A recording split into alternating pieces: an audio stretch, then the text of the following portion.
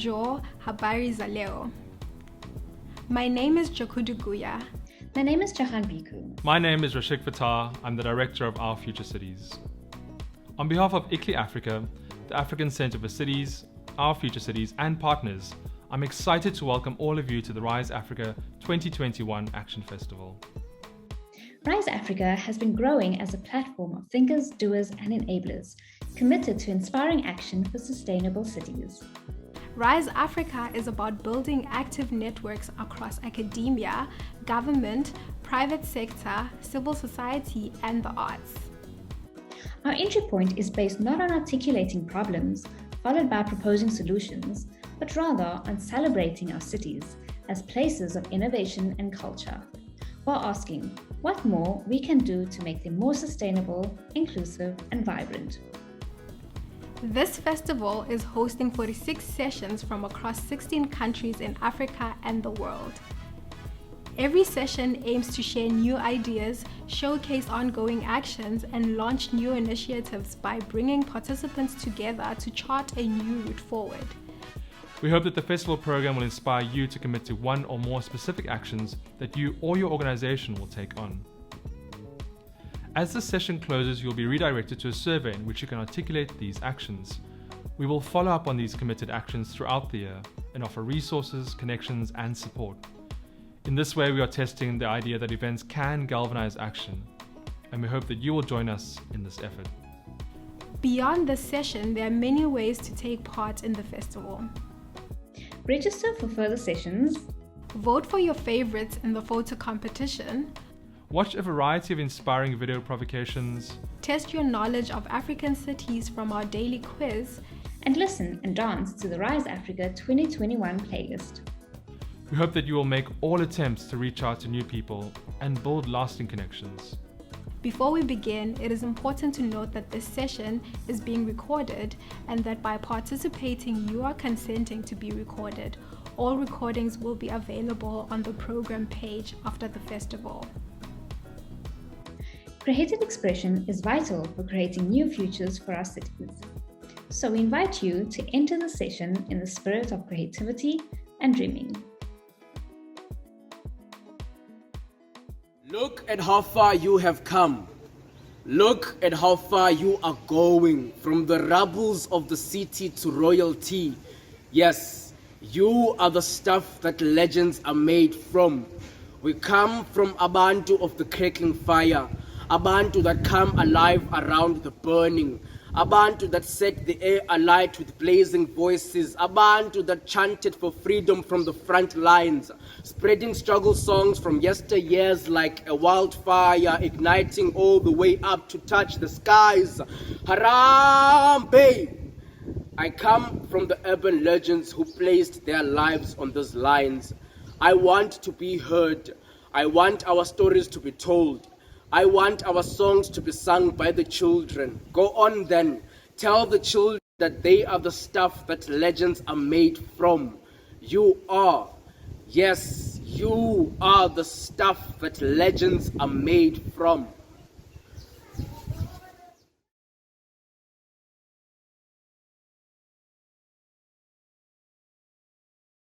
Everyone. Could you all just let me know if you can see my screen? We can. Yes. Fantastic. Is it still focused on the PowerPoint? Yes. Yes, it is. Okay.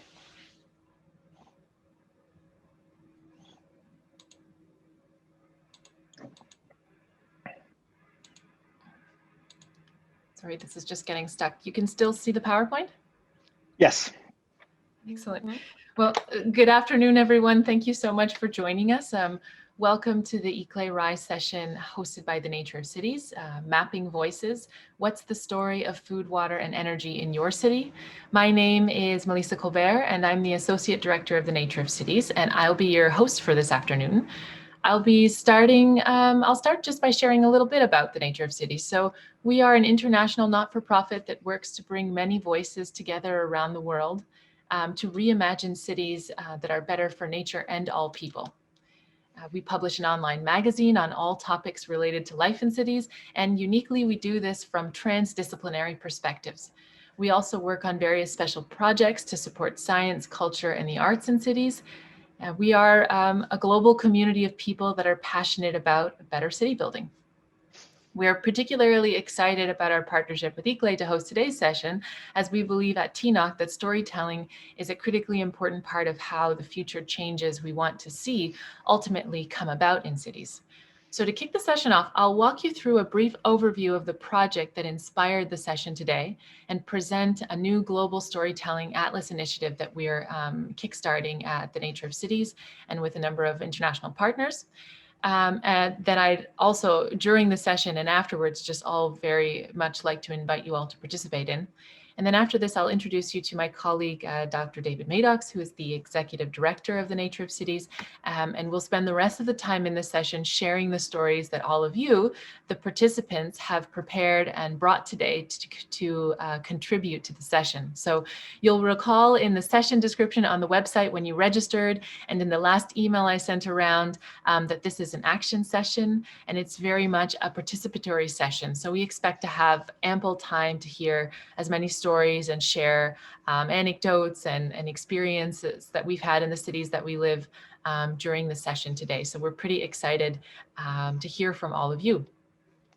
So without further ado, let me begin by presenting the global research project, IFWEN, that inspired this session. So IFWEN stands for Understanding Innovative Initiatives for Governing Food, Water, and Energy in Cities. It's a Belmont Forum-funded international team of researchers and stakeholders working to advance knowledge about urban governance that's related to the food, water, and energy resources that we have in our cities, and how green and blue infrastructure like parks and waterways in cities really do work to sort of support the creation and the health and the sustainability of these resources in our cities. So in our third and last year of this project, we were awarded a further grant to push ourselves to take it further, take the research further, and find creative ways to promote and explore understanding and experiences and different contexts of food, water, and energy in various cities around the world to further capture insights on how best we can imagine these resources in our cities. So what we've done at the Nature of Cities is designed a global storytelling atlas initiative to collect the experiences, insights, and local needs of people living in cities. So the goal of the atlas is to explore and share a snapshot of daily life in cities as it relates to food, water, and energy. The atlas will be a collection of stories submitted from all around the world, gathered from all around the world in cities like you find yourselves in today, to tell an experience, to share a reality, a frustration, a desire, or a future innovation in any narrative form that helps the story be told. So this could be just the telling of an experience in a very short essay form, or in a poem, or in any other format that helps express the story. And this can include photos and other creative visual elements that help to tell the story. So it's an initiative that was born out of a project that we conducted in São José dos Campos in Brazil as a part of the initiative. This was a way to involve and gather the community members in the topics of the research that was being conducted under IFWEN. So we gathered a large group of community members in São José dos Campos to map and bring to life their daily realities in their cities around these resources. So the community activity, we printed and had a large series of maps that the city helped us create based on the research areas that were being looked at. And then the community members joined us and mapped different aspects of stressors that they experienced in relation to water, where they most frequently used food resources in the city, whether that be markets or other things. And then of course the energy resources in the city, were they renewable, were they not, sort of what's the frequency of consumption, and all sorts of these kinds of things that helped us learn a little bit more about what the sort of existing public life around these resources was, that is something that you can't really get from a science paper or a policy brief, but it really does capture a snapshot of public life in the city, which is so important to how we put together and manage these resources, because ultimately it's us, the citizens in cities, that are using them and that they're there for. So this was very much inspired by this smaller city atlas that we created. We had planned to do more of these community activities in the other cities that we were case studying, but because of COVID, these plans were very much postponed for us. It was a bit of a challenge in the beginning, but I think ultimately we've come to see it as a very positive thing, because by hosting the Atlas online, we're now able to gather stories from anywhere in the world, which means more people can ultimately participate in our Atlas than otherwise would have been able to if we had just been sort of traveling around to these spot cities. So we're very excited to launch the Atlas and to invite as many people living in cities and have as many cities around the world participating as possible. So the Atlas is scheduled to be online in June 2021 and gathering stories and submissions from people just like you up until September 2021, when we'll have a dialogue event to share the collection of the Atlas. So I'd like to just take a moment now to invite each of you to join and to participate. What you can do is send myself an email during the session, after the session, and just express your interest to participate. But also feel free to, the stories that you brought with you today that we'll explore in these sort of topics, feel free to send these to me after the session so that they can be included in the collection of stories around food, water, and energy.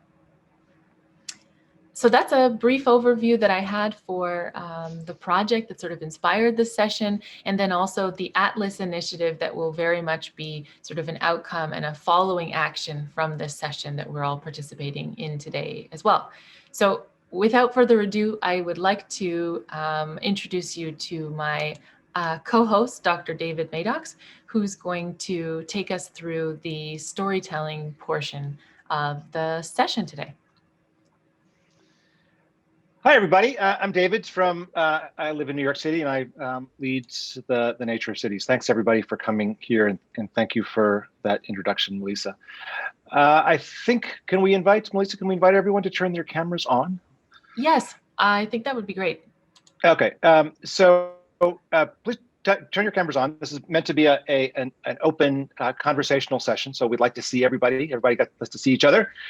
Beautiful, thank you. I like to see all these faces appearing on the screen. Let me talk a little bit about the word narrative. Most of us are familiar with documents that are produced by professional policy briefs or scientific papers, or even works of art. These are expressions of professional statements of various kinds, and they can also. One of the challenges that we've discovered, I think we all discover, is in the idea of trying to talk to other people who are different from us, who are from a different worldview or a different way of knowing. What we find is that the stories we tell each other can be not very effective if they're told specifically from a professional point of view. We gathered together in a roundtable a couple of years ago at the Nature of Cities, a group of ecologists and a group of landscape architects, two groups that you would think work hand in glove with each other about managing and maintaining and crafting the environment. So we did a roundtable which asked the question, what do landscape architects and ecologists not get about each other but should? And the answer is just about everything. That they don't use the same words for things. The words like wild or words like evidence don't mean the same thing in these groups. And so you can imagine that when we try to put conversation together with people who are further apart than ecologists and scientist ecologists and landscape architects, then those kind of communications become more and more difficult. But we do need to have these kind of conversations across difference like this, and that's why we talk about the word narrative or storytelling, to have a different approach to how do we talk about the things that are around us in cities, the nature around us, the other communities around us, our friends, our people who we are trying to negotiate with about the creation of cities.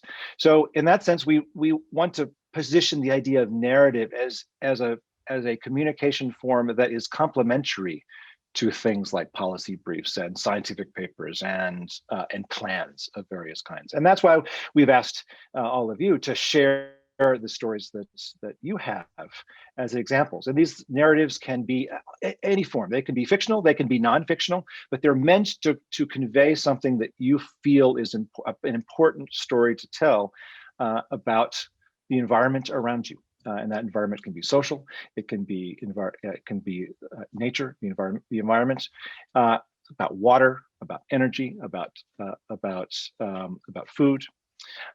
So that's our idea here, is to share stories that it might communicate better the things that are important to us, and so other people can start to understand them more.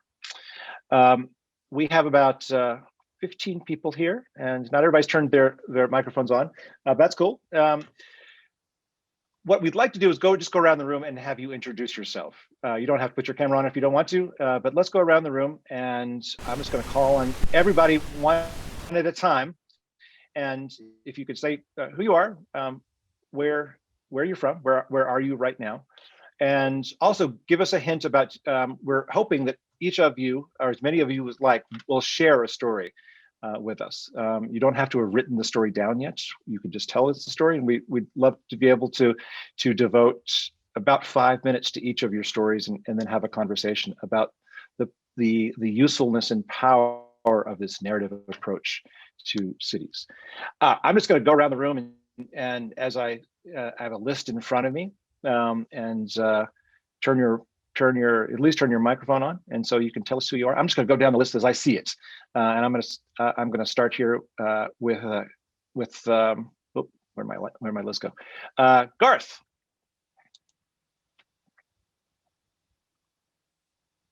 Garth, turn your microphone on and tell us who you are. There you are. Can you see me? Yes, we can. Hi. Yeah, I just joined the session as a last minute. I got a last minute invitation. I missed a bit about the storytelling, but is it okay if I just share a bit of my background and maybe how it relates to the session? Yep. So I've registered this year as a PhD candidate at Stellenbosch University. My project is focused on the web nexus and the circular economy, and I think that is quite related to our discussion today. My background, I do have a background in mechanical engineering. I then did a master's in business, and my dissertation there kind of was my introduction to the circular economy. And then a few years later, I decided, okay, I want to pursue this thing a bit more, but have a bit more of a tangible, practical outcome. So that's how I came across this project happening at Stellenbosch University. And yeah, it's basically how can we make the city of Cape Town more resilient by using a web nexus approach, but also incorporating that or synthesizing that with a circular economy approach at the same time.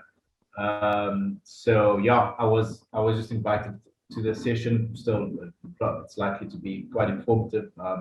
So yeah, that's why I'm here. So yeah, hopefully that puts in the scope of what you had in mind, David. But that's basically a quick summary of my story. Thanks. Great, thank you. So we're gonna keep going around the room and just introduce yourself, and then we'll come back to everybody's stories after. And again, your story. Be thinking about your story now if you haven't thought of it before now, because then we're gonna. Doesn't have to be written down. Just tell us your story as we go around the room. All right. Haimari, I'm sorry if I mispronounced your name. Haimari. Hi there. Yes, it's Haimari. Hey, Mary. Okay, so I'm from Johannesburg. I'm currently a student, an honors year student at the University of Witwatersrand, and I'm studying urban and regional planning.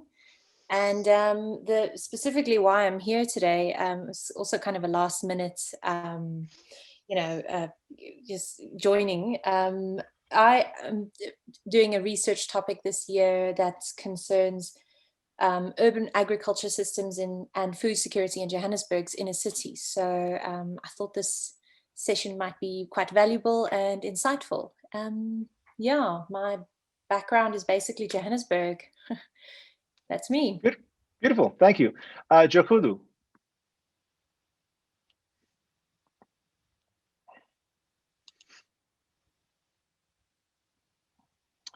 Jokudu, are you with us? You're currently muted. Okay, we'll keep going. We'll come back to you, Jokudu, if you want. Joseph. Thank you, David. My background is I'm from Uganda and I'm currently in Johannesburg. So last year I was an honors student at the University of Pretoria. I was studying architecture, and part of my honors research involved doing a studio on climate adaptation. My site was in an informal settlement called Melusi, situated northwest of the inner city of Pretoria. And some of the vulnerabilities to climate change that my studio unearthed in the investigations we carried out were the food and services there was a food and services insecurity in this informal settlement. The key service that we're looking at was mainly the provision of electricity to these settlements. And yeah, this was an interesting session because it had a lot to do with food, water, and energy. So the water supply to the informal settlements was in form of a municipal truck that would take water to the different water tanks that were situated in various parts within the settlements. So it is interesting to know how cities are going to respond to such a situation. So I ended up designing a health center that was focusing on educating the residents of the informal settlements on urban agriculture. And that facility had water installations that could support the growing of food. And it also had renewable energy elements that could supplement the energy needs of the settlement. So yeah, this session was quite intriguing for me to attend. Thank you. Thank you, Joseph. Ndela. Hello, can you hear me? Yes. So hello, my name is Ndela, and I'm joining from Bonn in Germany. I'm working at the service agency Communities in One Word. It's a competence center for local development corporations. So I'm not working in the city myself or in a local partnership, but I am working with them and we are organizing events for municipal partnerships. So in our last conference, we were working with ICLEI Southeast Asia. That's how I noticed the program, this program. And we were also talking a lot about storytelling, which I find really interesting. So I'm really happy to be here, and hopefully, because I also joined last notice, hopefully I can share a story. I will think of one. Great, thank you. Ricky.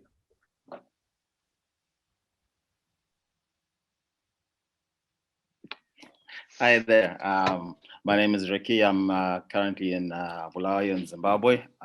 Recently moved here from Johannesburg, and I am working in property development. So the business that I'm involved in, the organization I'm involved in, has got quite a significant portfolio in the city, and I am looking to gain from this conference knowledge that I can use in engaging with the city here, and also in looking and coming up with better ideas about how we can strengthen and deepen our property portfolio with a plan for the future. Thank you. Mike from Zimbabwe. Hi, everybody. My name is Mike Davis. I'm in Harare, Zimbabwe. Greetings to everybody on Africa Day. Viva Africa, viva! I am it's hard to define myself. I'm a horticulturalist, professional landscaper, but my career for the last 30 years has been more as a social landscaper. I was one of the founders of the Combined Harare Residents Association, which has spearheaded the development of residents associations in Zimbabwe. I'm sure Ricky's heard of us and other Zimbabweans. And we set up residents associations as part of our community organizing to give people a collective voice and put pressure on our authorities and government. I also have worked in the technical area. We developed an app called Smart Harare, which enabled residents to report issues using this online app. And those issues would go to the relevant authorities, elected officials, etc. Unfortunately, I think it was a bit premature intervention in the city, but it showed us a lot of possibilities for technological interventions. My current work is as chair of the Urban Farming Association of Zimbabwe, which is a trust we set up 4 years ago to try and find ways in which urban agriculture can become not only accepted, but ecologically acceptable and important component of our urban tapestry. We've spent the last 2 years developing a community farm, which involved about 15 different projects, from hydroponics to greenhouse production, compost making, and training people, seed swaps to encourage seed sovereignty and sharing of resources.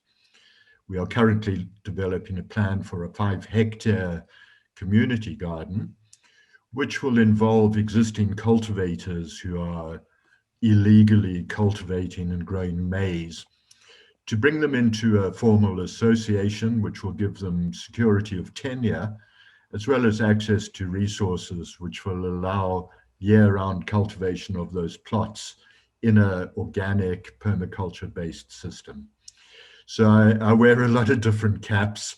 Very pleased to be here and to make contact with people. I have shared my contact details in the chat, and I would love to hear from people. Thank you very much. Beautiful, thank you. For a couple of people who just arrived, we're just going around the room and introducing ourselves. And then after the introductions, we're going to go back and start sharing the stories that we have of food, water, and energy in your city. So be thinking about, if you haven't already written down your story, be thinking of it now. Jukudu, introduce yourself, please. Welcome back. Thank you. Hi, everyone. Can you hear me? Yes. Thank you. So I'm Jokudu Guya. I'm a professional officer at ICLE Africa, and some of the work that I do is related to the circular economy, and I've also been supporting with the GOFWEN project, which Melissa mentioned when she was doing her introduction. I don't know what else to add in terms of my background. But yeah, where I am right now, I'm in Cape Town, but in thinking of the city that I thought I would represent, I'm going to be talking about Johannesburg. Excellent. Jose from Sao Paulo. Hi, David, everyone. Good morning. Sorry, I was a little bit late. I had a few family issues here, but I'm José Pupin de Oliveira. I'm based in Sao Paulo, but I live in Rio, but I work between Rio and Sao Paulo in Brazil. And I originally, I am an urban planner, but my area is like public administration, local governments. And in the last few years, I'm looking at innovations in local governments, how they develop, how local governments learn. And I'm particularly interested in the links between, I would say, this like more global process, climate change, biodiversity governance, and how the local governments respond to those, I would say, global problems. No? and I'm glad to be here. And I'm not sure, I didn't prepare much, but I'll tell a little bit story about my neighborhood that have been facing few issues on, I would say, the negative sides of that could bring green areas, no? Okay. Excellent, thank you. Daniel, how about you?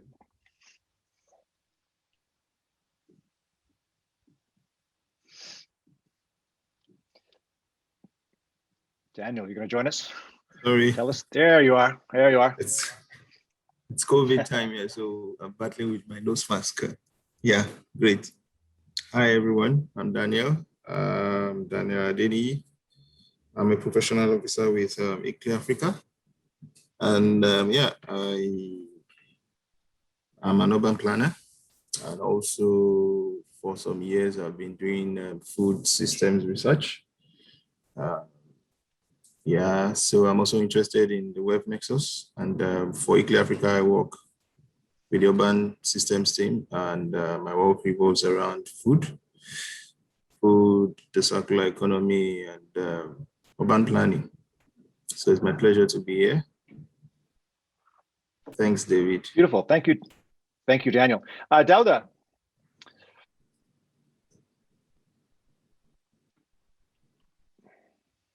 Hello, everyone. My name is Dauda Gay. I speak little English. I am French, but I'm a chemical engineer, and I job in natural resource, and teaching people fighting against coal power plant. It was illegally installed in my town, and you make very difficulty for water access, because this infrastructure need many water. It's a very much problem, and you are teaching people for their right to fight against infrastructure very polluted. Thank you. Excellent, thank you. And if you'd like to tell us, do your story in French, that's okay.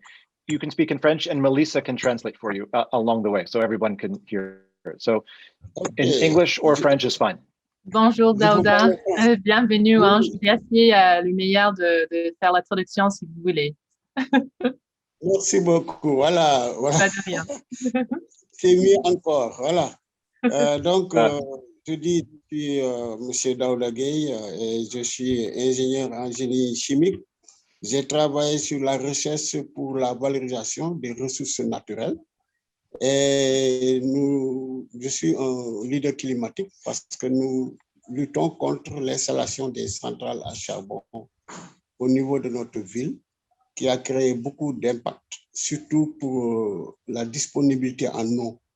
Parce que rien que les problèmes qui existent au niveau de l'agriculture, au niveau de l'alimentation, la disponibilité en eau est très difficile. Et maintenant, les centrales vont prendre beaucoup d'eau, qui fait un impact trop important sur les populations. C'est pourquoi nous avons créé un réseau des associations pour la protection de l'environnement et la nature, dont je suis le directeur exécutif, et nous sommes en train de former les populations, les communautés, pour leur droit à un environnement sain, et surtout lutter contre ces infrastructures qui ont été installées de manière illégale et qui a un impact trop important sur l'économie, la santé des populations et surtout aussi pour l'avenir de notre ville. Merci Dauda, et nous pouvons continuer avec l'histoire après parce que je sais qu'on a 2 ou 3 autres introductions à faire. Dauda was just giving his introduction again for himself in French, which he explains. He works in natural resources. Food and water and energy is often an issue in the city where he lives, and he's going to present his story in French after we finish the introductions here. So, merci Dauda. Merci. Merci Dauda. Merci. Razaz.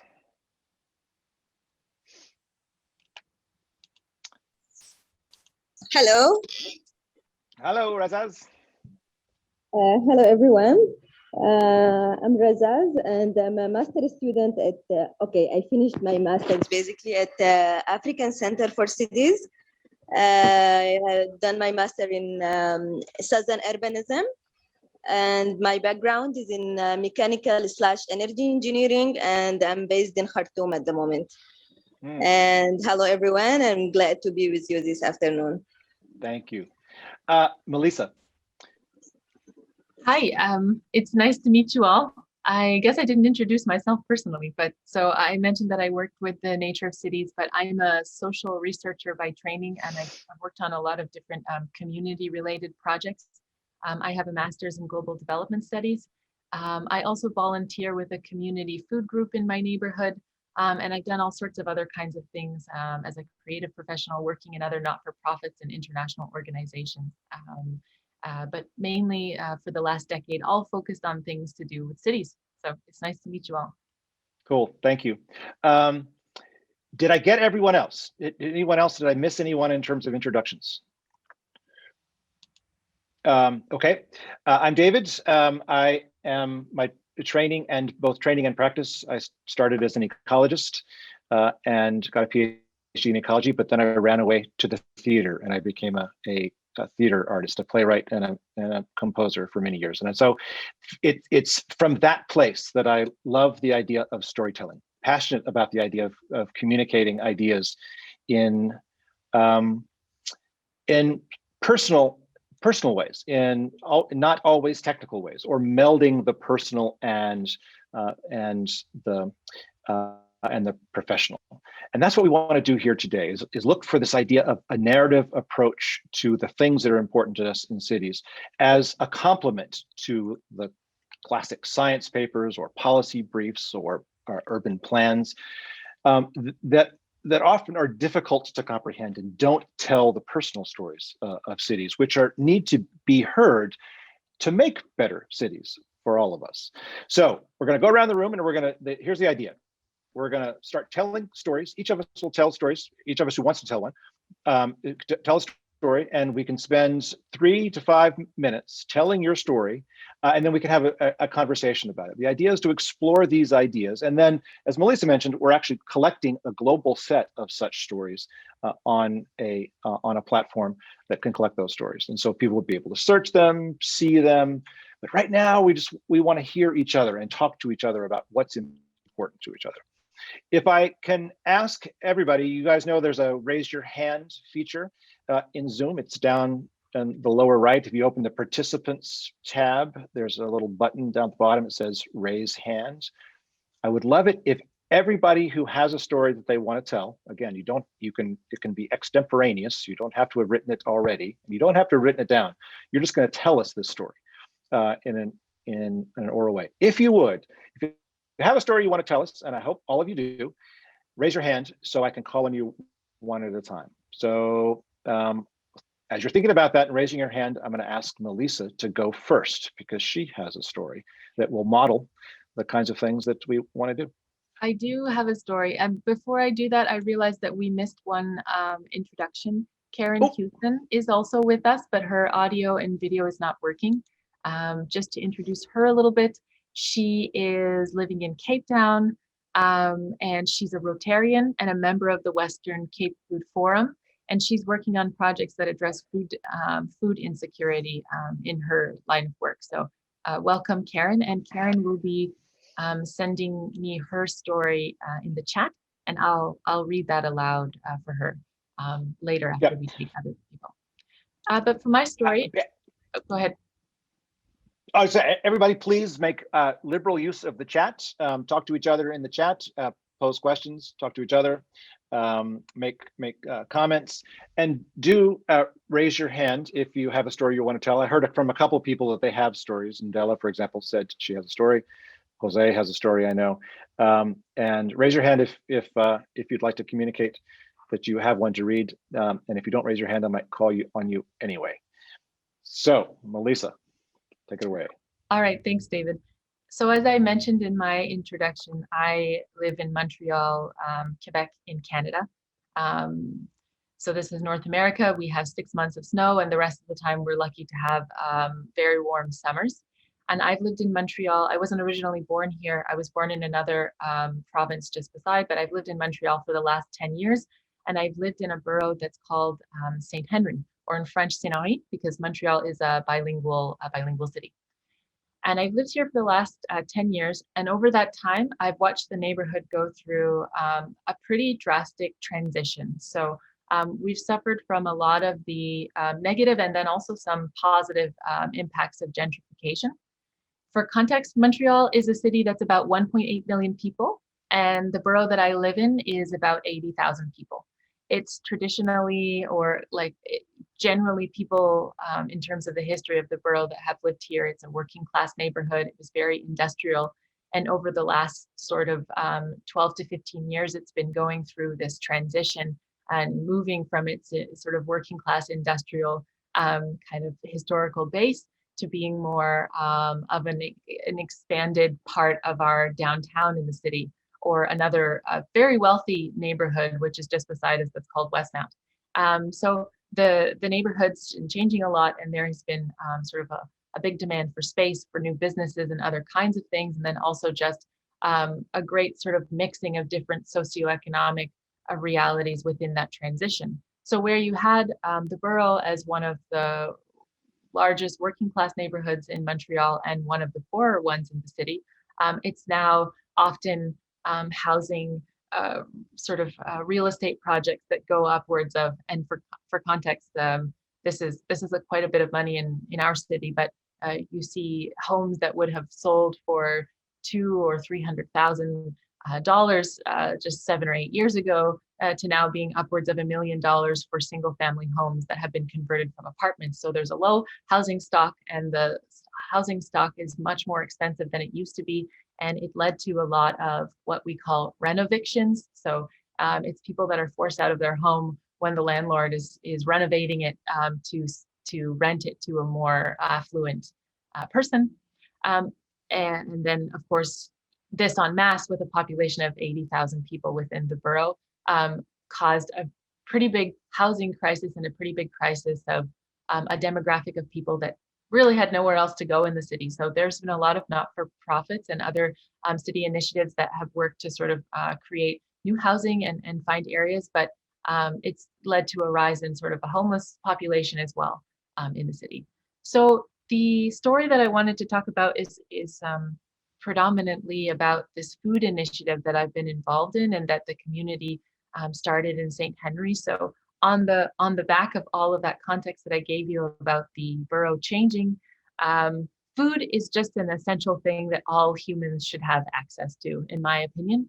And this was something that when you live on the streets in Montreal, and again, as I mentioned, it's 6 months of winter, so this is often a very difficult country to be homeless in.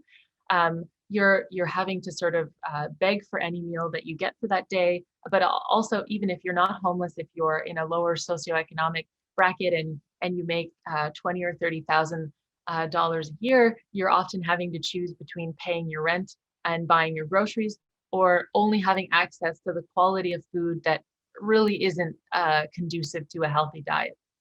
So the Food Fridge Initiative is a bunch of us community members realized the challenge that was ongoing in here and started a fridge. It's a fridge that's outside that was donated to us from a family that wasn't using it, and it's hosted by a local friperie, or that's a consignment store, a local sort of secondhand used clothing store. The fridge hooks up into their electricity, and they sort of donate every month the expense that it has to hold the fridge. And it's outside, placed sort of on a platform in a community garden. And the fridge is open and free for anyone to use. There's no restrictions on who can take from it. And when it started 6 years ago, there was pretty much just a handful of people that were cooking things, dropping off extras that they had, or doing a little bit of extra grocery shopping and putting this in the fridge. And over the last couple of years since the pandemic, not since the pandemic, but leading up to the pandemic, and then recently now, as we're sort of still all in the midst of that, it's really exploded because the experience that people have had just being confronted more with the challenges that people are having because of the pandemic in accessing good quality food. It's exploded in that we have a lot of participation in the neighborhood now, just filling the fridge of its own accord. So it's no longer sort of us organizing, getting resources from restaurants and getting resources from different community members or ourselves, but we now have over 1,000 people in the neighborhood that participate by just putting food in the fridge on a routine basis, by using Facebook group that we've created to let everyone know sort of when the fridge is empty. We also have a rotation of people that clean it. And so it's really become this very big sort of participatory initiative that that the community started on its own. And now businesses and the city and other not-for-profits have sort of started to take note and started supporting it a little bit more. But I think what I've learned from this experience is just that, you know, there are always going to be challenges with in a city, and nothing is really going to reach to this point where it can be entirely equal between citizens. But there is this little bit of power that you do get when you take an initiative of your own accord to just start something and make a difference. And so watching something like this grow over the last 6 to 7 years has been pretty interesting to see. It had no resources from the city. It had no resources in the very beginning other than the will of a handful of people that were like, let's just put a fridge outside and fill it with food so that everyone can access it. And so it's sort of grown from there. It's obviously had its challenges too. I mean, whenever you're it's had its challenges, but for the most part, I'd say that it's been a very positive experience to just see what the will of a group of neighbors can sort of create if they see a problem such as the food crisis that was here in St. Henry as related to the housing crisis, and can just sort of start an initiative to make a difference there. So that's my story from my neighborhood. You're muted, David. Cool, thank you. And so we wanted to start with Melissa, so you could see the kinds of stories that any kind of story works. And what's beautiful about Melissa's story is that it expresses something personal. It expresses something she cares about, but it also expresses something that's how they addressed a need in their city. Let's move on to another one. Stay in the chat or raise your hand if you've got a story. I think Ndela has a story. So I'm going to ask her to go next. Hi.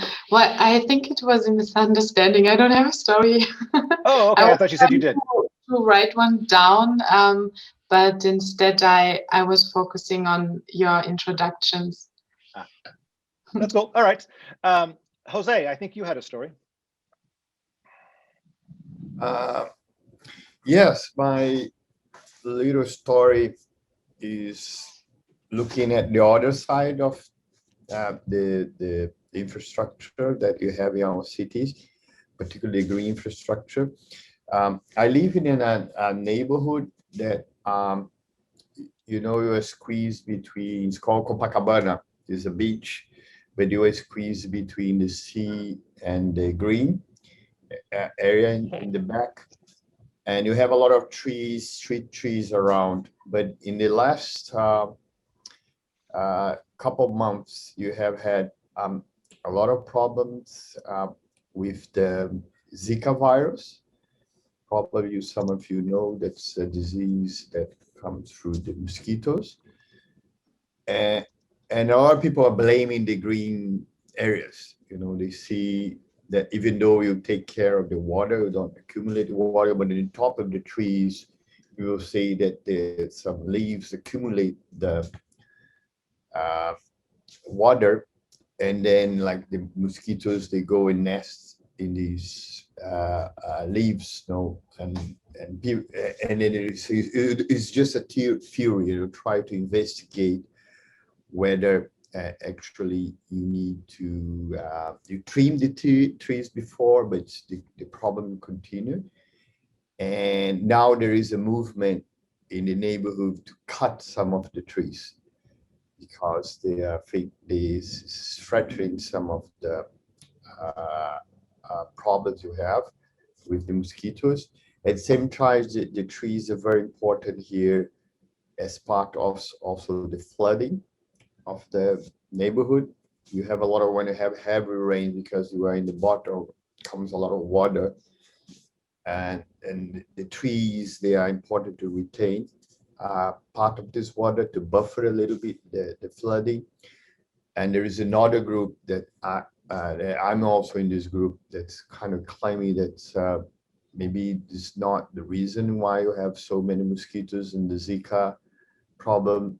And also these, if you cut the trees, some of the trees are more than 100 years old, you could cause other problems with the flooding, and also things that you have not experienced, like you have some of the problems with wild animals that also come sometimes, particularly monkeys. And you had a couple of years ago the problems with the monkeys because you had some cases of yellow fever here in the city, and you need like a vaccination campaign to almost everyone. And then part of these was came still not proven, but some monkeys also die because of the yellow fever. And some people even, were against you have so much green around, because this also attract these monkeys, and others say that you have to poison the monkeys because they bring you all these yellow fevers. So it means this last couple years is just two small stories that you're trying to balance the green areas with the urban fabric.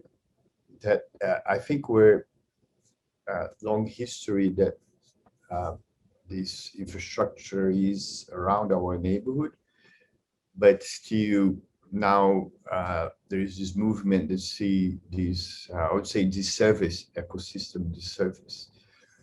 And then you have a larger group of people from around the world. You are trying to study these struggle between, particularly looking at these aspects as disservice of green areas, because a lot of people look at more very positive, but particularly in tropical countries that, we have many, I would say, disease that are linked to somehow to green areas, but still not proven how much.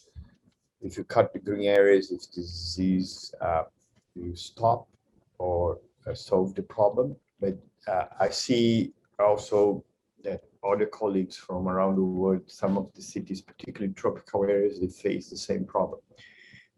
You have a lot of people think that too much green could also not be good, and then you're trying to understand how is the good balance between green, the urban fabric, particularly in tropical countries.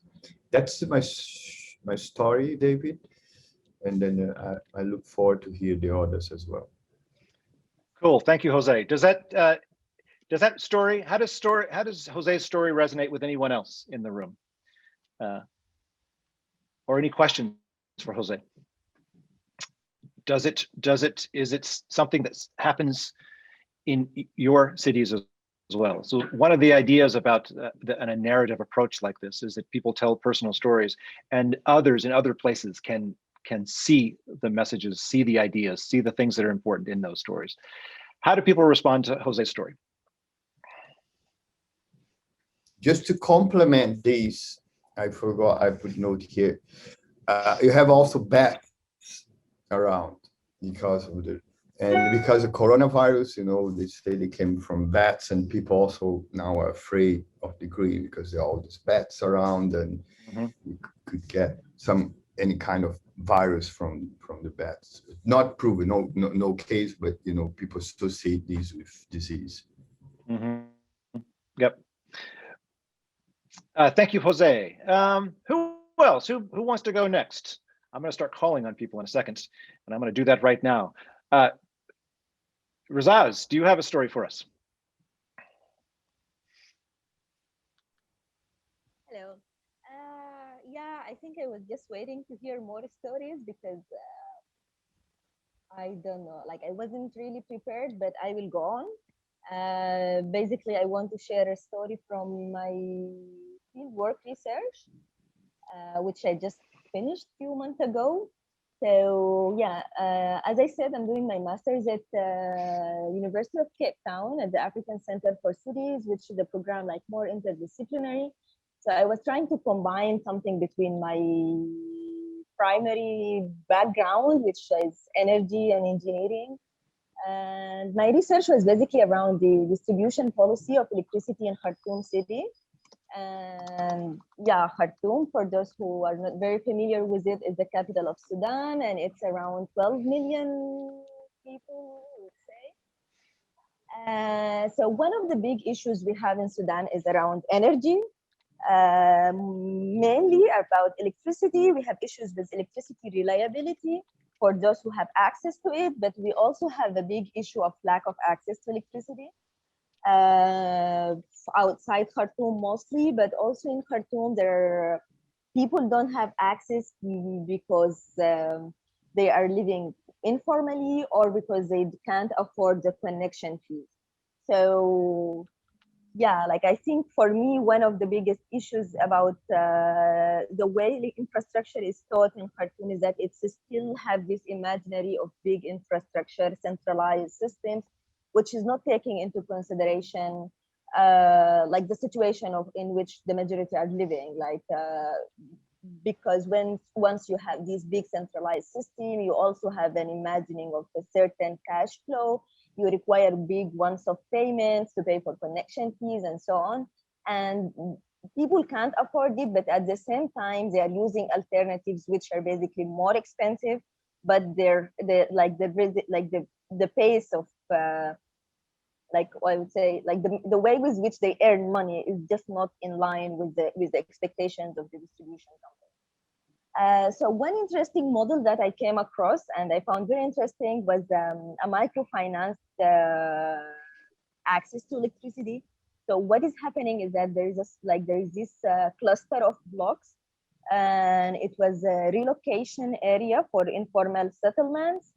They have been living there for more than 20 years without they have been formalized, but they couldn't get access to public infrastructure because just they couldn't afford it. So what happened is that there is this 2 or 3 private microfinance institutions who have an arrangement with the distribution company. They paid the capital investment, and then they asked the community, they asked the community to form a small cooperative to represent them, and then they have to pay the money back 4 or 5 years depending on the area. And they paid it in monthly installment. It was linked to their prepaid meter, so it was automatically deducted. And I thought that was really interesting and a very simple model, but it was highly successful. It's not rolled out on a large scale yet, but I think this is, just the fact that people can pay on installment, it's much cheaper for them. Like they pay like 200 pounds per month now, for this installment, while in the past they used to pay more than 1,000 per month to get access to very unreliable diesel generators for 3 or 4 hours a day. So I thought that was interesting model, and in general I'm fascinated with business models, innovative policy models. I think there's too much to be done in this area. And thank you. Thank you. I have a question for you. Do you think there is the potential for other microfinance models in cities around Africa? Do you think that's an underused model now? I know that various organizations have tried to start it. Do you think it has potential? I think there's a lot of work to be done on microfinance models in terms of guarantees. For example, in this example, we have the electricity is linked with prepaid meters. So the payment is prepayment So you can't get electricity units until you pay the monthly installment. So I think there are more innovation to be done in terms of guarantees and how to make sure that people can pay you back. I think this is what most of the microfinance institutions are struggling with at the moment. So I think a combination of innovative technologies with good business models can be a really good solution. Thank you. In the spirit of networks of small actions that add up to large actions, I have a story. A number of years ago, I led a filmmakers workshop in Kibera, in a very poor community in Nairobi. And the film workshop was that we were asking, there's a lot of young filmmakers in Kibera. And we were asking them to make short films about their experience of life in Kibera. A lot of them were about access to resources, both food and water. Filmmaking can be expensive. It requires equipment, it requires gear, it usually requires a team of people to collaborate together to make the films. There was some equipment around Kibera, but the organizers of the workshop created a room, kind of analogous to, metaphorically analogous to Melissa's refrigerator. That is, it was a room in which equipment was donated, and small groups of people, the filmmaker teams, could come in and borrow the equipment, go out and make a film, and then come back. And then we had a showing of the film over a period of 2 days, these 3, 4, 5-minute films. And they were beautiful because everybody has ideas, everybody has visions, everyone has imagination about the stories that they want to tell. And that was true of all these young people in Kibera. So we would show the films, we would talk about them, and it led to a conversation about the challenges of living in Kibera and how they could make them better. A bunch of people from the city government of Nairobi were there, and they got to see these questions firsthand. But the core part of the story was, how could we have done that? How could they have made those films? They could not have made them without access to this gear, and the gear is too expensive to have everybody have that gear. So the idea of a network of small actions was created by a shared sense of storytelling, a shared sense of having access to the gear. And it made an enormous difference. Kibera is still there, of course, and people still struggle, but they were able to tell some stories that I think were important to tell and would not have been told without this idea of shared gear and equipment. All right, who's next? Mike from Zimbabwe.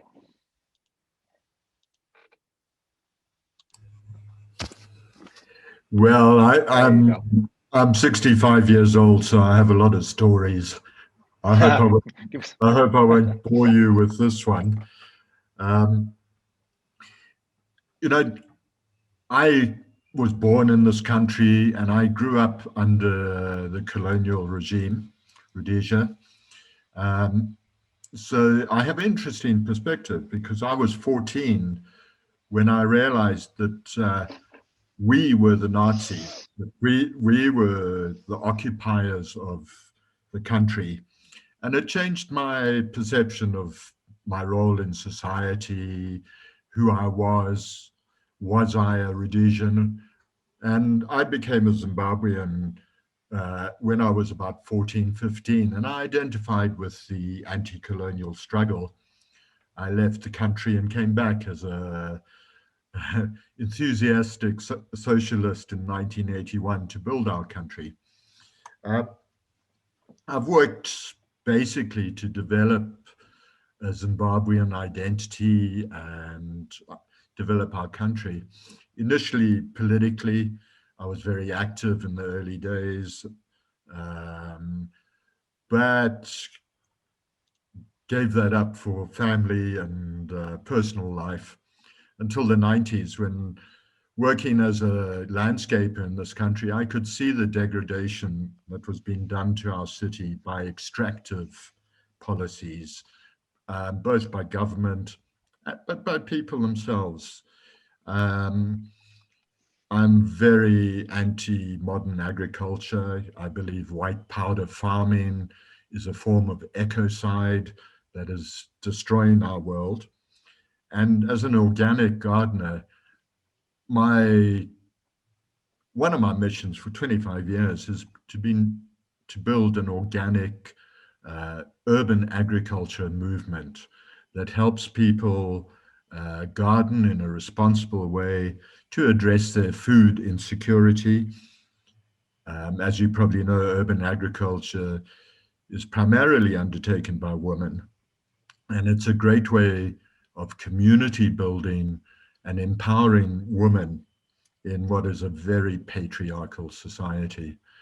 So we initially worked for advocacy changes, appealing to government, to ministers, to local authorities, to legitimize urban agriculture and urban food production. While we got some policy statements and such, I realized after 10 years that working through governments and authorities is not very productive because of the bureaucracy and corruption and self-interest that people are motivated by.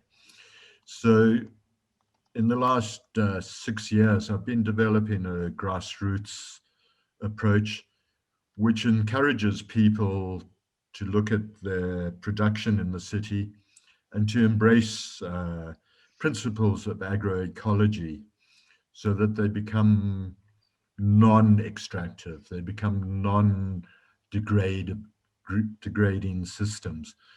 Our latest project is to develop a 5-hectare community farm in the north of Harare with over 100 cultivators coming into an association which will give them legal standing and give them security of tenure to their production.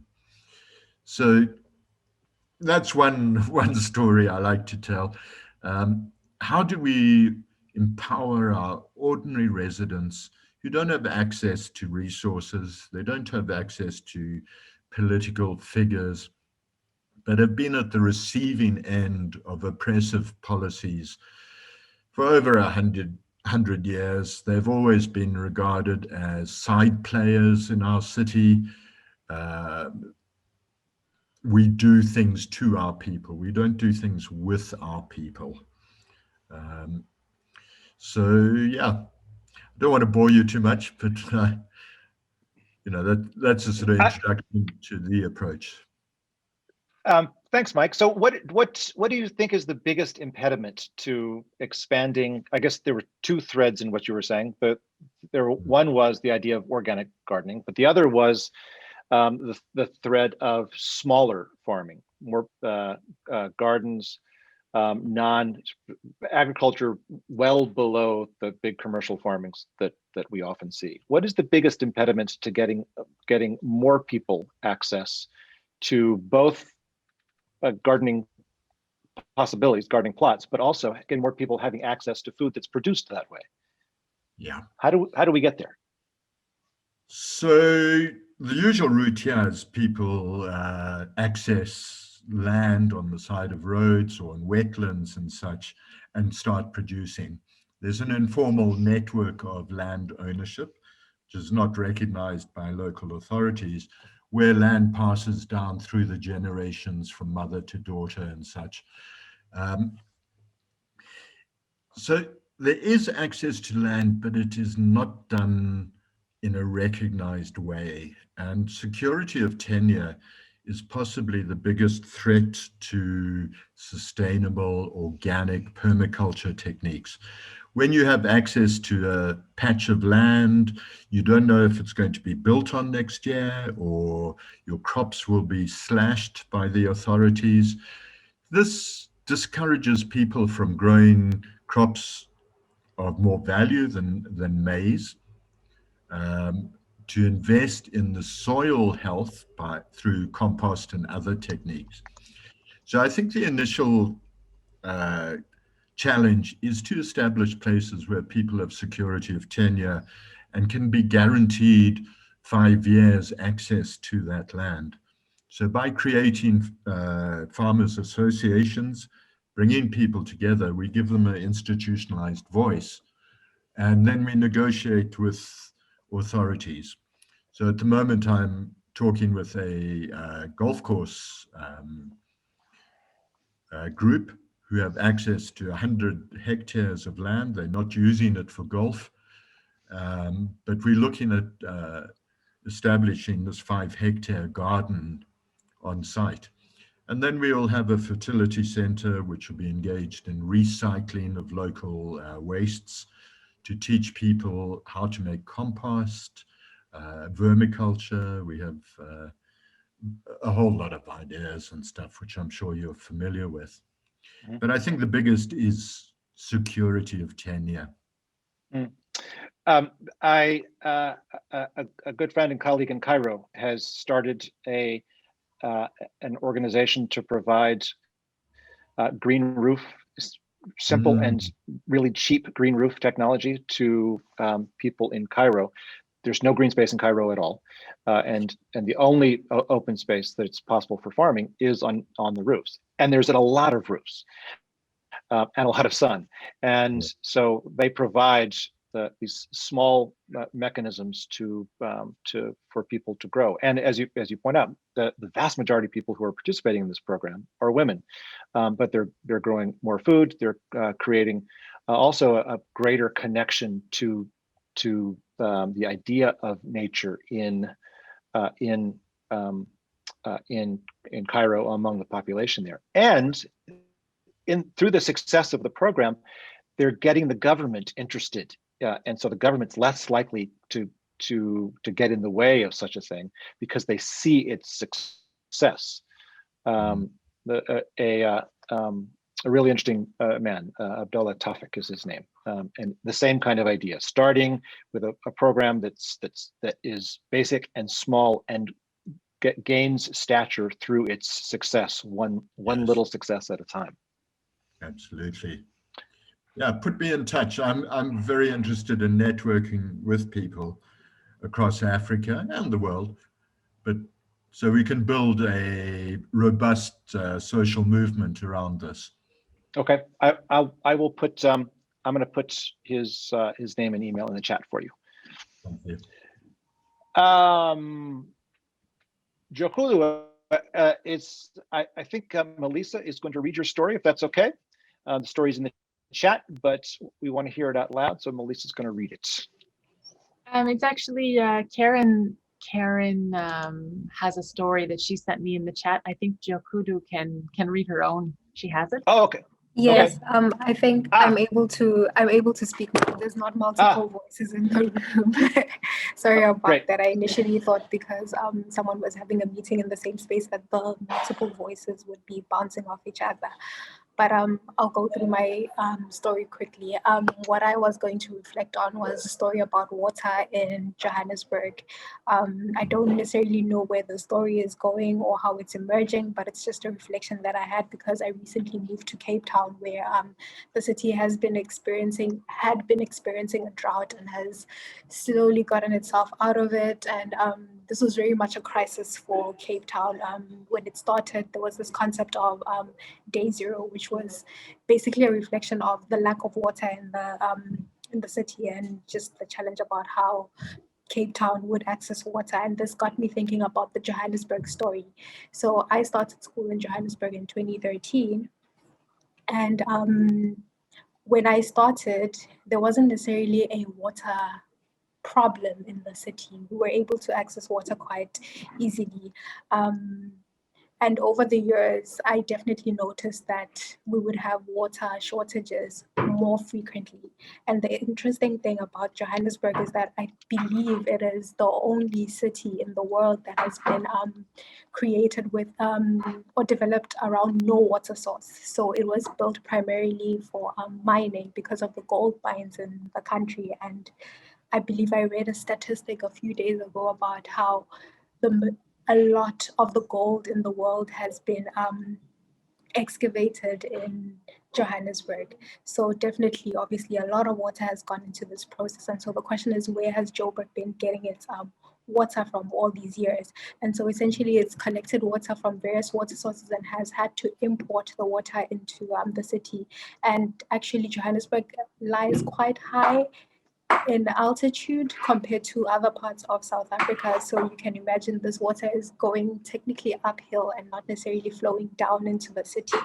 So the majority of the city's water source is from Lesotho. So obviously, again, there'll definitely be political conversations around how the city accesses water and what that means for the future of the city, because right now, obviously, it's an economic center and not necessarily that big when it comes to mining. So it just got me thinking, what will happen with Johannesburg if, for example, Lesotho says, we can't supply you with water anymore, if the other sources are also not able to necessarily pump water up into Johannesburg, if, for example, those areas experience a drought. So I don't know where the story is going, but definitely during the last few months when I was staying there, we had started experiencing a serious decrease in water supply, and we constantly had water shortages, and a lot of this also brought up some of the political challenges around the city, such as how because certain communities are what we call townships, which is areas that were previously created for Black people. This would be during the apartheid time. So many of those communities have now turned from being racially segregated spaces into economically segregated spaces. And one thing I definitely noticed living in a suburb slash it's a suburb of Johannesburg, but I lived in the CBD of that suburb. I definitely noticed how the township close by, as well as where I stayed, was affected by this, where our reservoir, for example, would constantly have water shortages, and us as a community trying to understand why whenever there was a water shortage, the more affluent communities around us were able to access water quite easily, and we were not necessarily able to. And also when they would experience challenges when it came to accessing water, the city was very quick to respond to these challenges, and what that meant, because in the community that I was in, we would have to fight, for example, for our community leaders to, for example, bring tanks to supply us with water. And I do remember this one time where we had gone for an entire week without access to water, and the challenge that was for us to get people to vouch for us with the city and say we definitely need a water tank to come and supply us with water just for the interim until something is resolved, until the reservoir, for example, is able to be filled up so that water can be pumped into our apartments. So it's definitely an interesting story, and it's definitely developing, and I do still have friends that live in that community, so I do try to keep in touch in terms of what is happening with these challenges that we had been experiencing. Some thoughts or questions for Jokudu and her story?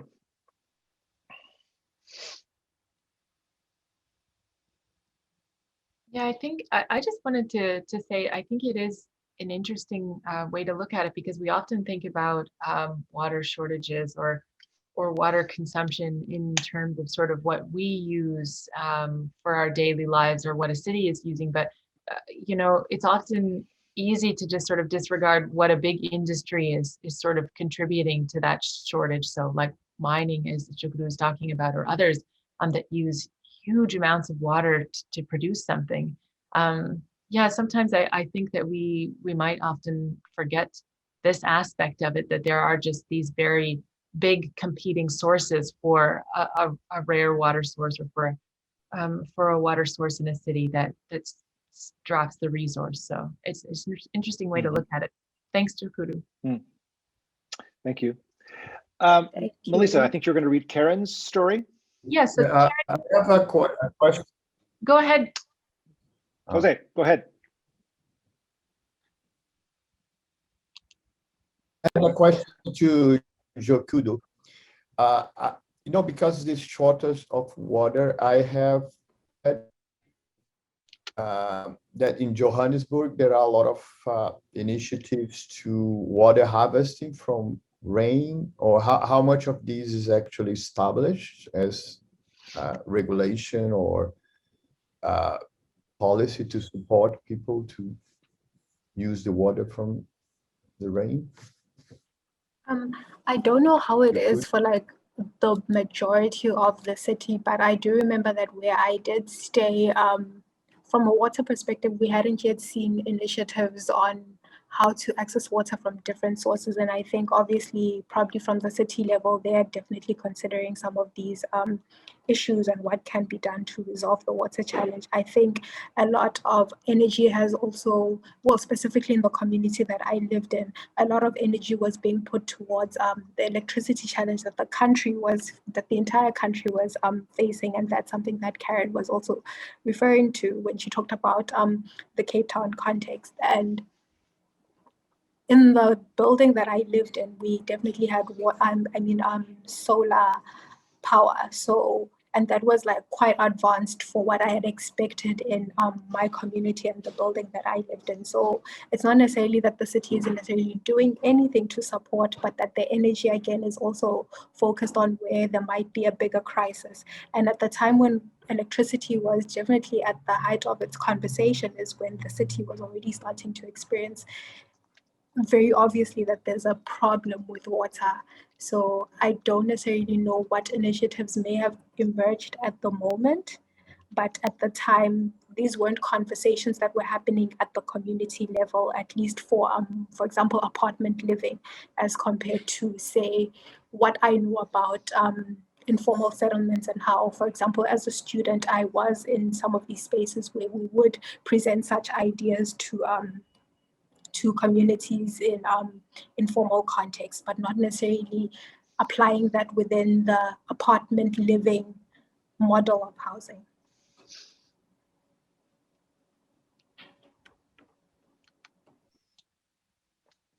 Anything else, Jose? Do you want to follow up with that? Oh, I had a problem in my connection, didn't hear all the points. Sorry. I just moved to another place. Oh, that's okay. That's all right. Melissa, would you like to read Karen's story? Yeah, so this is a story from Karen Hewson. As I mentioned, she lives in Cape Town. I'll read, she's been feeding me the text in the chat, so I'll do my best to just read it aloud to you. So Karen says that her story starts in Cleveland, Ohio, where she's from, or where she was born. She lived on Lake Erie, which is a prominent lake in that region, and from there saw sort of a really horrible disregard for precious resources in that area growing up in Cleveland, Ohio. She lived in an area where many people took food, water, and energy for granted. Then she married a South African, and they have been living in Cape Town for the past 8.5 years.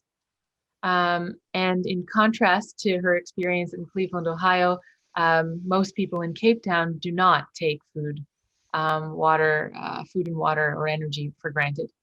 So a few years ago, Cape Town was experiencing droughts, as Jokudu also mentioned in her story. We're running out of water. And then there was a big pull from the public and the private sector to conserve water. And this sort of it impacted sort of her experience with water in Cape Town in relation to how it was in Cleveland. On the topic of food, as I mentioned, she's a Rotarian and a member of the Western Cape Food Forum. And so she works on projects to address food insecurity. And this has also been an aspect of food issues that she's been working on in Cape Town. It's one of her personal passions to bring about sustainable and resilient communities. And on the topic of energy, she was mentioning that the biggest struggle that she notices here in Cape Town, where she's living now, is the government-owned energy company called Eskom. The supply that this company manages has a hard time sustaining the demand coming from the city. So there are often scheduled blackouts, and also the company itself is sort of embroiled in corruption allegations. There's not a lot of transparency where it comes to how the services is provided. So she goes on to say, after surviving the drought and having these other experiences, she got a taste of what it was like to successfully work together and to be able to solve problems and come up with solutions to the issues that they were facing. So some of these initiatives, for example, that she's been involved in have been a number of community gardens that have been starting up, which is very exciting, which helps to deal with some of the issues around food. And this is very much from her involvement with the Western Cape Food Forum, which is a wonderful group of people that help to sort of organize these kinds of initiatives. And in terms of how this works to bring about transformations in the community, the project that she's currently supporting is a large urban farm that is run by 5 women in a very underserved community. The community is poor and has had a lot of sort of long history with violence in the community.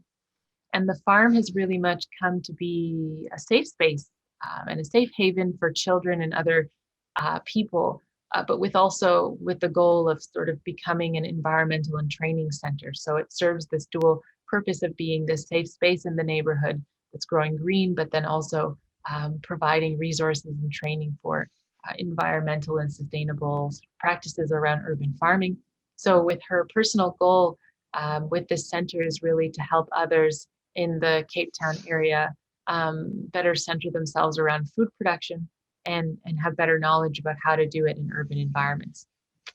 And lastly, she shares a quote from somebody named Buckminster Fuller, who once said something along the lines of, if a system doesn't work, build a new one that will. So as a last and final point, she says this is pretty much a centerpiece in her personal philosophy about how to deal with sort of the issues around these resources in urban centers. So that's Karen's story. Thank you, Karen, for writing it. Thank you, Karen. Any questions or thoughts for Karen? I have one. Your story was about Cape Town. And the idea of community gardens and communities, groups that can facilitate those kind of spaces. Mike talked a little bit about it as well in Harare. Are such organizations common in cities across Africa, or Harare and Cape Town special cases in this regard? Are there communities that create community gardens across Africa? Okay, so her audio was not working, so perhaps she's gonna write the answer in the chat at some point. And Mike, do maybe you have some thoughts about whether such organizations are common across Africa, and if not, how can they be supported better? Karen says that she thinks they are, but she's only familiar with the context of Cape Town.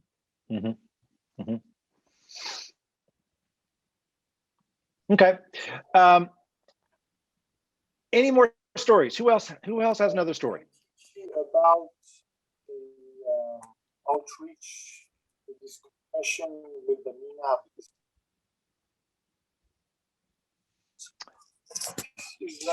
Sorry. I'm on my phone now. No. Okay. Can you hear me? Yes, we can. Oh, okay. Sorry, I had to change devices. So I missed a little bit of that last one. Can you just refresh? Yeah, there was it was an interesting story about how an American who moved to South Africa found more of a connection among the people there to natural resources, more than she had experienced in Cleveland, where she was from. And then she started talking about a group that was facilitating and promoting gardening and garden culture in Cape Town. And so my question was, are such groups common around Africa. You'd mentioned something similar in Harare. Yeah. And the larger question, how, in observing that success, how can such organizations be supported more in cities across Africa? Well, I presume the group in Cape Town is Abalimi, who are a wonderful group established in apartheid days as a gardening club to give cover to activists working as gardeners, but in reality doing political organization as well. Since 94, they've expanded and work throughout Cape Town developing community gardens. And what's critical is what they do is provide a marketing process, because it's all very well to grow your crops, but it's quite difficult to sell them. So what's important is to address the whole value chain, not just production, but marketing as well. So key with our idea and with other Lemies is to have a marketplace where gardeners can sell their produce in small quantities. I think the first thing to any successful endeavor is community organizing. If you're on your own, yes, you can tilt at windmills all your life. You have to build networks with fellow citizens and, importantly, with the international community.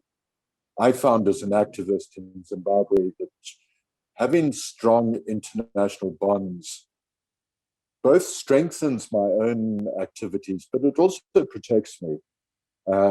I've been arrested numerous times, and I'm able to mobilize an international network who make noise and come to my defense. Apart from the solidarity, it gives protection against the excesses of an authoritarian regime such as ours. So I think one of the things we can all do is build those networks with local groups, lend them our voices, lend them our support, amplify their voices on the international stage, and developing these solidarity networks, I think, is foundational to the work we want to do, if that helps. Thanks, David. And there's some more comments about this in the chats. I'd like to amplify something you just said, Mike, about networks of people. There's a group of social scientists here in New York began to map the small civil society organizations in New York that work in some way in urban nature. It could be from community garden organizations in a neighborhood to large organizations. And they created they mapped the network of those connections. And there turns out there's 3,000 small civil society organizations in New York. But the important part is that any one of them, one by one, most of them are tiny and have no political voice. But as a group, together, they have much more there's two important things about it. They have much more political weight because the government can see them as a large organization all moving in the same direction. So there's political weight to it. And also they can perceive themselves not to be alone, toiling alone by themselves. And that because they see themselves as part of a larger network of other organizations who have similar needs, similar desires. They can share information, they can share resources, and so on. This group has started to do the same kind of mapping in other places as well, including Colombia, other places in the United States, in Paris.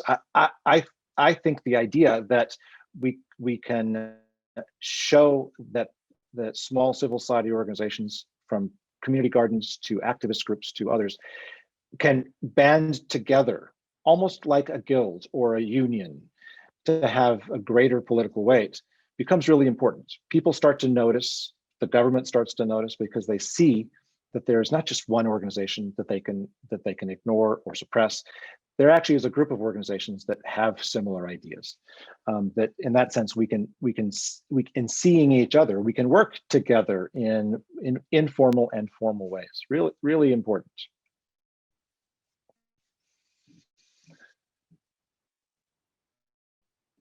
What else? We're almost to the end of our 2 hours, and so if there aren't any more stories, maybe one idea here is to turn for a little bit of conversation. Oh wait, I have to hand up. Razaz, do you have something to add?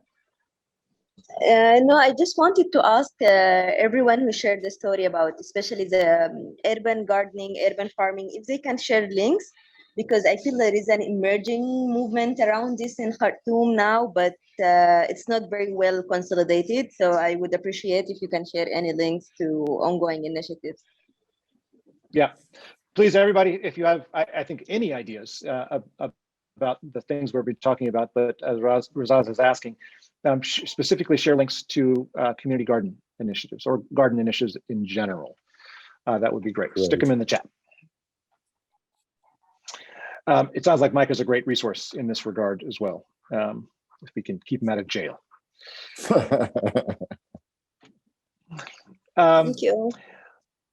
So let's turn, if there are no more stories, let's turn back to the broader question that we started. What our original idea, your original prompt was to say, all right, there are scientific papers that talk about urban nature, food, water, and energy that play a critical role in the progression of knowledge.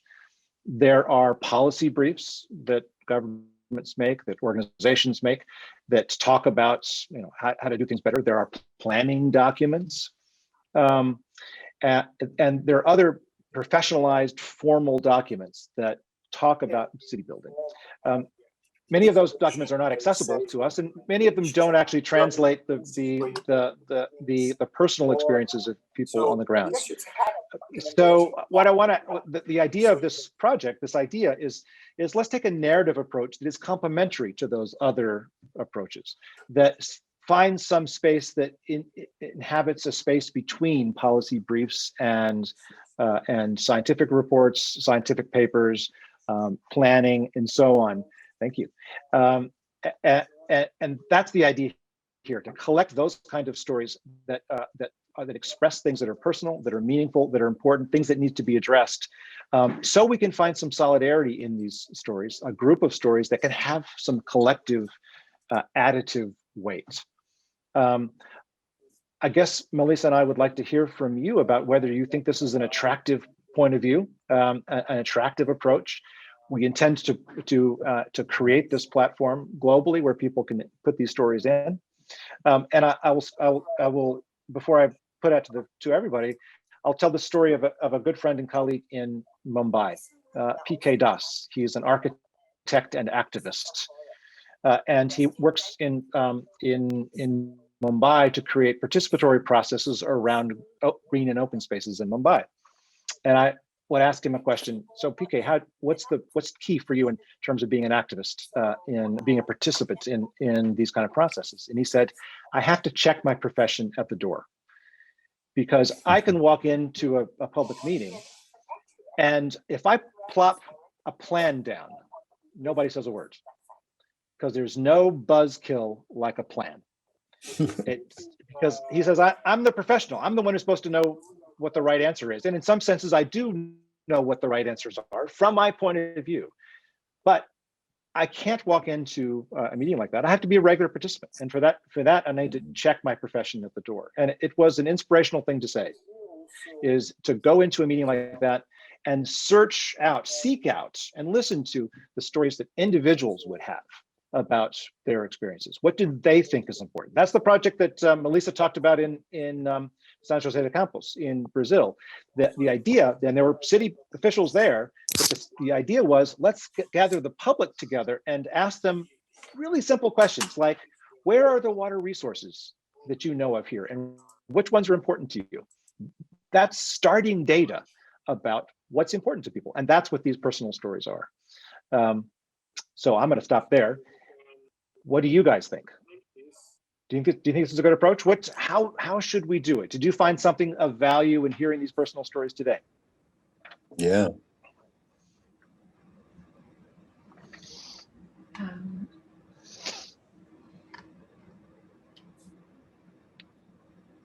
Who else?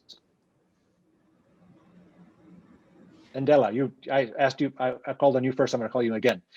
How do you respond to this idea of personalized narrative stories?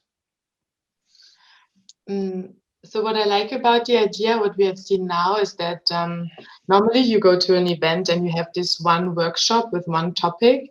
And now I feel like I had the choice to slide into so many different places and themes and interests. That is quite inspiring, yeah. So, but I also felt it was a little bit like overwhelming. I'm really used to like give this classic workshop, this input or something like that. Yeah, for me it's kind of new to put also in it a personal level. But it helps to connect not only to the person that is talking about it, but also to the theme itself, to the issue. Yeah, the magic of it is when people tell a personal story that's meaningful to them, and you can see things can resonate for yourself that are similar, like we were just talking about with gardens a second ago.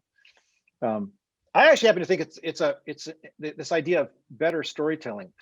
Scientists have a lot of stuff, important things to say to the world. Often the stuff they say is sequestered off in journals somewhere. And often it is couched in very technical language. It's difficult to absorb if you're a regular citizen, even if you're a city official. And so one of the things that's interesting about this is the idea of getting scientists to tell better stories by changing the form. Sure, publish those things in science journals, create policy briefs, all that, but also work on just being a storyteller. Telling better stories to other people so you can communicate. You can find this fizzy space between different people. Daniel has his hand up. Yeah, I just wanted to also reiterate what you mentioned about finding yourself also in the story of others. Like for instance, when Jokudu was sharing the water story, I remembered my growing up days and the issues we had with water, availability of water back then in Nigeria then. So it was a big issue. So what I find really interesting about stories that you can also find yourself in some other people's stories, and then it resonates, and then it helps you to reminisce about where you're coming from and when you are, and basically the idea of a collective, it's also important. It helps to in terms of collectivity and knowing that even what you have been through, you have not been there alone. Maybe some other people have also been there, and then you can share. And it helps us to, if we can collectively look at where we are coming from, then I believe that collectively we could be able to fashion a better way forward going into the future. That's just what I wanted to contribute. What's that old phrase? You always die alone. But before that, you're always with other people. So, and to explore the connections between us is really, really powerful. Yeah. Who else? I'd just like to say that thanks. This has been really insightful in terms of, just opening up and broadening my research scope. And the context that you guys made available in the chat's really handy. Yeah, so thanks for that. Thank you. I think we're almost at the close. So if there are no other comments or thoughts, I'm going to turn it back just to Razaz, actually. Melissa. Yeah, just Razaz. I think you have one last thing. Okay, thank you. No, I just wanted to say that, yeah, I really like the format of stories. On one hand, you have the resonance, but at the same time, you have all the diversity of the stories from different places. And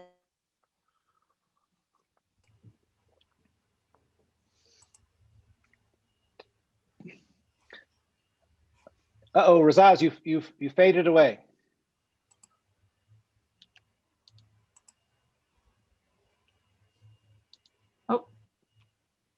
Oh, she's gone. Oh, okay.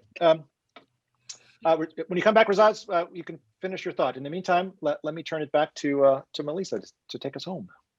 Yeah, thank you, David. And just thank you everyone for joining and for sharing all of your stories. It's really interesting just to hear from the different contexts that everyone lives in the different parts of the world, to see sort of how we relate to these resources, what our challenges are with them, what we desire for them, or just sort of what are some of the ways in which we've come to finding solutions to deal with some of those things. And I'm pretty inspired to see that so many of the stories actually were pretty grassroots and started with that initiative that people were taking. You see a problem and you put yourself into it, and with a group and a little bit of willpower, you find a way to propel something, to get something started. So I think that's also the spirit behind what we want to do with the Atlas.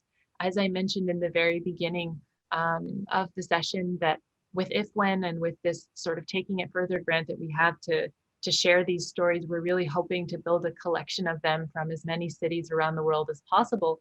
And this will be online.